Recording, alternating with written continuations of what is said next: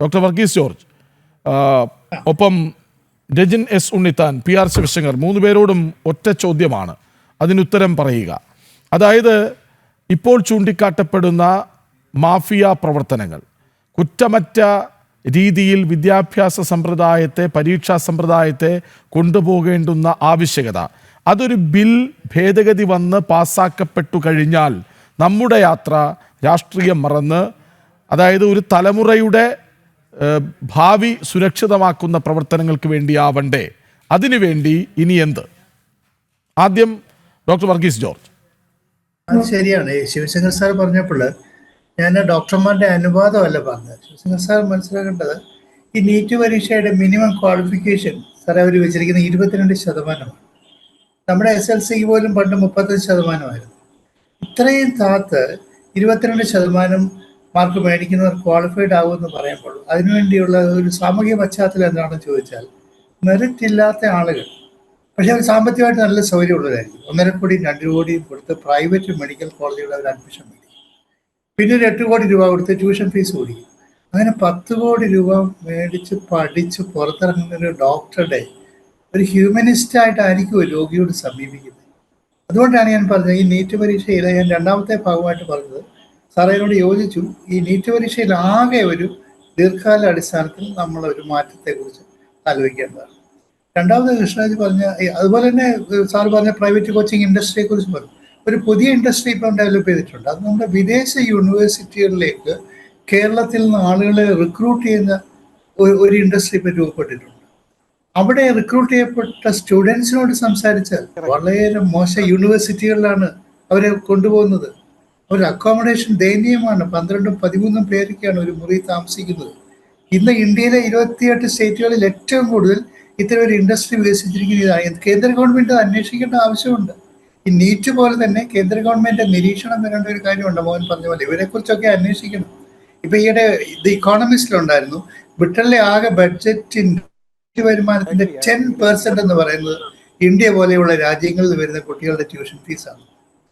അതുകൊണ്ട് തീർച്ചയായിട്ടും അതൊരു കാര്യമാണ്. അതുകൊണ്ട് കൃഷ്ണരാജ് പറഞ്ഞ പോലെ ഒരിക്കൽ ഇന്ന് ബില്ല് പാസ്സാക്കി കഴിഞ്ഞാൽ, ഇവിടെ മോഹൻ പറഞ്ഞ പോലെ ആരും ഈ ബില്ലിനെ എതിർക്കുമെന്ന് എനിക്ക് തോന്നുന്നില്ല. ഈ ബില്ലിനെ എല്ലാവരും കൂടെ ഇന്ന് യോജിച്ച് അംഗീകരിച്ചു കഴിഞ്ഞാൽ അത് കുറ്റമറ്റ രീതിയിൽ നടപ്പാക്കാൻ, അതിനകത്ത് തമിഴ്നാട് ഒരു ഇഷ്യൂ ഉന്നയിച്ചിട്ടുണ്ട്. ഇതിൻ്റെ കേന്ദ്രീകൃത സ്വഭാവം അവസാനിപ്പിച്ചിട്ട് കുറെ കൂടി വികേന്ദ്രീകൃത സ്വഭാവത്തെക്കുറിച്ച് നിങ്ങൾ ആലോചിക്കണം. ഇന്നത്തെ ലാംഗ്വേജ് ഇഷ്യൂ നിങ്ങൾ ഡിസ്കസ് ചെയ്യണമെന്ന് പറഞ്ഞിട്ടുണ്ട്. അങ്ങനെയുള്ള കാര്യങ്ങൾ കൂടി ചർച്ച ചെയ്തിട്ട് ഇത് കുറ്റമറ്റ രീതിയിൽ 22 ലക്ഷം കുട്ടികൾ പരീക്ഷ എഴുതുന്ന ഈ ഒരു സമ്പ്രദായം നന്നായിട്ട് കൊണ്ടുപോകാൻ സമയപരിമിതി ഉള്ളതുകൊണ്ട് ഞാൻ ഇടപെടുന്നു. രജിൻ എസ് ഉണ്ണിത്താൻ, ഒറ്റ മിനിറ്റ്. നോക്കൂ കൃഷ്ണരാജ്, ഇതിനകത്ത് പാവപ്പെട്ടവരായ ആളുകളാണ് ഈ നീറ്റ് പരീക്ഷയുമായി ബന്ധപ്പെട്ട് ബഹുഭൂരിപക്ഷം എഴുതുന്നത്. അതിനകത്ത് സാധാരണപ്പെട്ട ആളുകൾക്ക് ഈ പറയുന്ന രീതിയിലേക്ക് കോച്ചിങ് സെന്ററിലേക്ക് അമിതമായ ഫീസ് കൊടുത്ത് പഠിക്കുവാനോ അതുമായി ബന്ധപ്പെട്ട് പോകുവാനോ ഒക്കെ ഇല്ലാത്തവരാണ് കൂടുതലായിട്ടുള്ളവർ. അവരെയാണ് ഏറ്റവും കൂടുതൽ ഈ വിഷയവുമായി, ഈ മത്സര പരീക്ഷകളുടെ ചോർച്ചയുമായി ബന്ധപ്പെട്ട് ബാധിച്ചുകൊണ്ടിരിക്കുന്നത്. അതാണ് രാജ്യത്തിന്റെ പ്രതിപക്ഷ നേതാവും പറഞ്ഞിട്ടുള്ളത്. നമുക്ക് ഇവിടെ സുതാര്യമായ പരീക്ഷ നടത്തിപ്പുകൾ ആവശ്യകതയാണ്. അതിനോടൊപ്പം തന്നെ മോഹൻരാജ് സാറ് പറഞ്ഞ പോലെ, ഞാൻ ആദ്യം തൊട്ട് പറയുന്നത് പോലെ, ഇവിടെ ഈ പറയുന്ന വിദ്യാർത്ഥികൾക്കെതിരെ നടന്നിട്ടുള്ള അക്രമ സംഭവങ്ങൾ, അത് ഈ പറയുന്ന രീതിയിൽ അതിനെ ന്യായീകരിച്ച് പോകാനൊന്നും സാധിക്കത്തില്ല. ഇവിടെ ശിവശങ്കരൻ സാർ അതിനെ ഭയങ്കരമായി ന്യായീകരിച്ച് പോകുന്നൊരു ഈ കാര്യമാണ്. അദ്ദേഹം ശബരിമല വിഷയത്തെ പറ്റിയൊക്കെയാണ് പറയുന്നത്. നിലയ്ക്കൽ ശബരിമല വിഷയവുമായി ബന്ധപ്പെട്ട സമരത്തിൽ ഉണ്ടായിരുന്ന ആളാണ് ഞാൻ. അവിടെ കോൺഗ്രസിന്റെയും ഇതുപോലെ ഹൈന്ദവ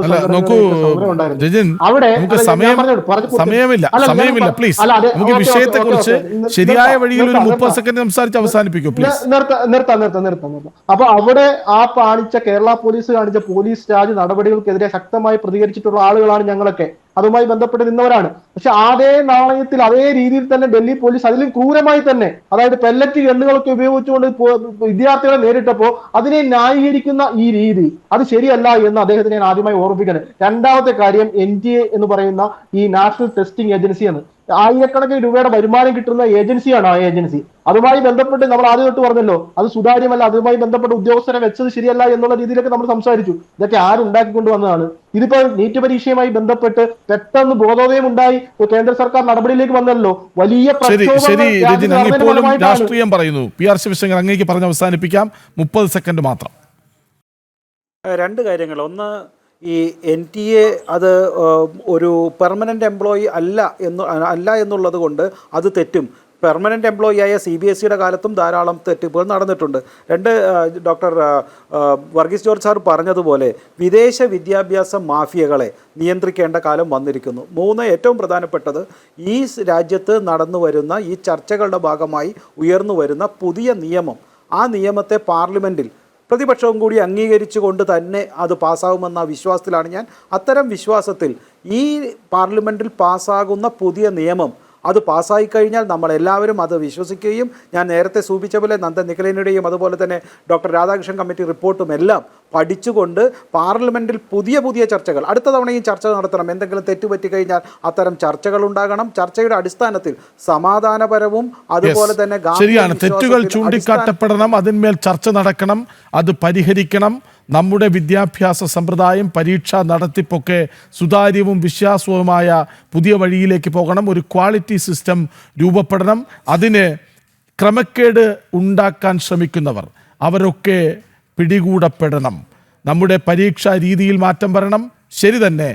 മറ്റൊന്ന്, കോച്ചിങ് സെൻ്ററുകളിൽ തുടങ്ങണം. അവരുടെ കഴുത്തിന് പിടിച്ച് ശരിയായ വഴിയിലേക്ക് ഈ സിസ്റ്റത്തെ കൊണ്ടുവരാൻ നമുക്കൊരു തുടക്കമാകട്ടെ ഈ ഭേദഗതി ബില്ലിലൂടെ രൂപപ്പെടുന്നത്. അവിടെ രാഷ്ട്രീയമല്ല പ്രധാനം, രാഷ്ട്രമാണ്.